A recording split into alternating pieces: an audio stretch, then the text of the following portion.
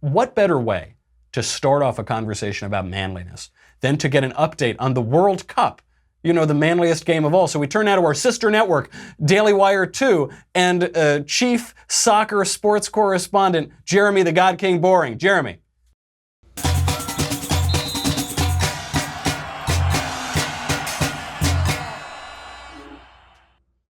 Bada boom! Thank you, Michael, M-I-C-H-A-E-L. It's good to be with you after what sports commentators all over the world are calling the most intense weekend of sweaty athletic men not scoring since Thermopylae. Yes, I am talking about the FIMA World Cup. For our American viewers, that's the once every 4 years global sporting event that doesn't involve curling or figure skating or bombing Iraq. In the most shocking match of the weekend, Uruguay, with a GDP literally lower than Bill Gates, defeated recent global superpower Russia by a staggering 3 points. Those being the only 3 points scored in the match. Actor Tom Arnold responded to the match by promising to deliver never-before-seen video of U.S. President Donald Trump covered in urine, praising Russia on its near win, and reminding his constituents that America isn't much better than at soccer if you really think about it.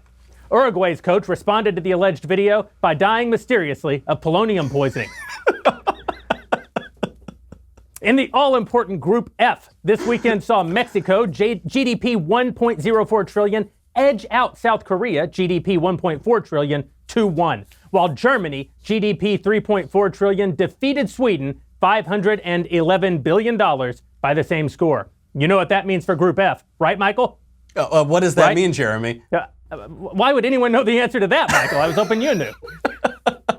Of course, the most anticipated match of the day today is between one of the most gay-friendly countries in Europe, Portugal, GDP 200 billion, and nuclear wannabes and throwers of gays off of cranes, Iran, GDP 393 billion, a quarter of which was a gift from John Kerry.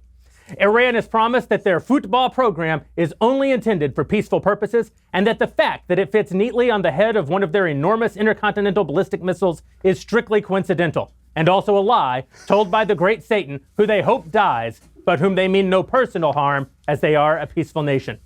The beautiful sport. The beautiful sport indeed. But of course, soccer isn't really, Michael, about who wins and who loses.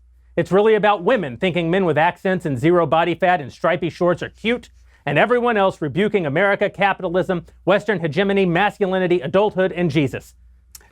Seriously, Jesus never watched a single World Cup. You can look it up.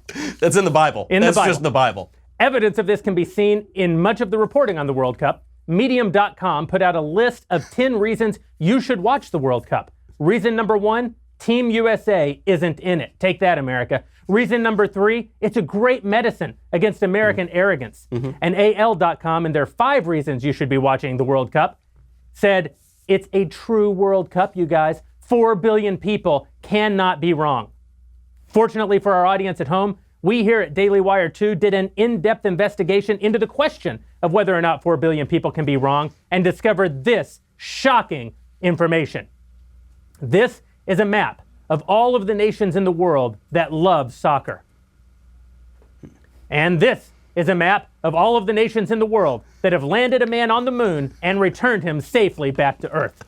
That's right, losers. It's America 1, everybody else 0, a score soccer lovers the world over should be able to get their heads around. Michael, bada boom! Back to you. Jeremy, that is some incredible in-depth research that you have done. I did have a question about the Iranian soccer game. So do we have any information on whether all of the sanctions against Iran, the international sanctions, have prohibited Ford and Chrysler minivans from pulling up to the stadium there and picking up the children from the game? You know, interestingly enough, Michael, soccer moms in Iran actually are well equipped. And in other good international news, soccer moms in Saudi Arabia are now actually legally allowed to drive to the field to pick up those adorable 6-year-olds as they learn basic motor skills.